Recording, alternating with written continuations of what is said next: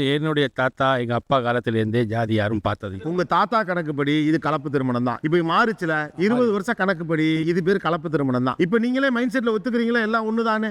ஒத்துக்கிறேன் நான். ரைட். ஒருத்தர் என்னன்னாக்கா என்னோட பிசினஸ்ல நான் வந்து பார்க்க மாட்டேன், பிசினஸ்ல பாத்தீங்கன்னா சம்பாதிக்க முடியாது சார், அப்புறம் நீங்க வீட்டுல தான் உட்காந்துருக்கணும். பழக்கத்துல யாரோடய ஒண்ணு இது ஜாதியோட பழகணும் அந்த ஜாதியோட பழகக்கூடாதுங்கிறதே கிடையாது. ஆபீஸ்ல வேலை பார்த்த போது என் கூட வேலை பார்த்தவங்க என்ன ஜாதியை நான் யார்ட்டையும் கேட்டதே கிடையாது. ஆனால் திருமணம் வரும்பொழுது ஒரு சின்ன தயக்கம் இருக்கு. ஜென்ரலாவே சார் பெரிய ஒரு ஒரு பிம்பம் மாதிரி என்னன்னாக்கா இவங்க நான் கடந்த பேரியர், அந்த பேரியரை கடந்துட்டேன் அப்படின்னு சொல்ற பாத்தீங்கன்னா இந்த சமுதாயத்தோட ஒரு ஒரு சேஞ்சஸ் தானே தவிர நீங்க அது பெருசா அதை வந்து கடந்துட்டீங்களா அப்படிங்கிறது வந்து தெரியல. இறந்த பிற்பாடு மாற்று ஜாதிகள் பண்ணிட்டு வந்து உட்காரும் போது என்ன ஆகுனா கடைசியில இந்த தண்ணி கூட எடுத்துட்டு போவாங்க. அப்ப அந்த மாமச்சனுக்குள்ள சண்டை, ஏகப்பட்ட பிரச்சனைகள் உடனே நடு ரோட்ல கடந்த விஷயங்களை நிறைய கேள்விப்பட்டிருக்கோம். நான் கேள்விப்பட்டதில்ல சார். இது நிறைய நடந்திருக்கு. இல்ல நீங்க தப்பா நினைக்க கூடாது. நான் என்ன லண்டன்ல தான் வந்து வாடைய ஜாதி மாதிரி நீ கட்டுனேங்கிறதுக்காண்டி தொட விட மாட்டேன்னு பணத்தை நிறுத்தி போட்ட கதை கடைசியா எப்ப நடக்கும்? நமக்கு இப்ப எங்களோட ஏஜுக்கே தெரிஞ்சிருக்கு. அதுதான் சொல்ல வரேன். ஏன்னா தமிழ்நாட்டுல பெரும்பாலும் அப்படி நடக்கிறது யாரு ஜாதிய தாட் ரொம்ப உள்ளவங்களா கிடையாது. சின்னதாக ஒரு ஜாதிய மனநிலை இவங்களுக்கு இருக்கு.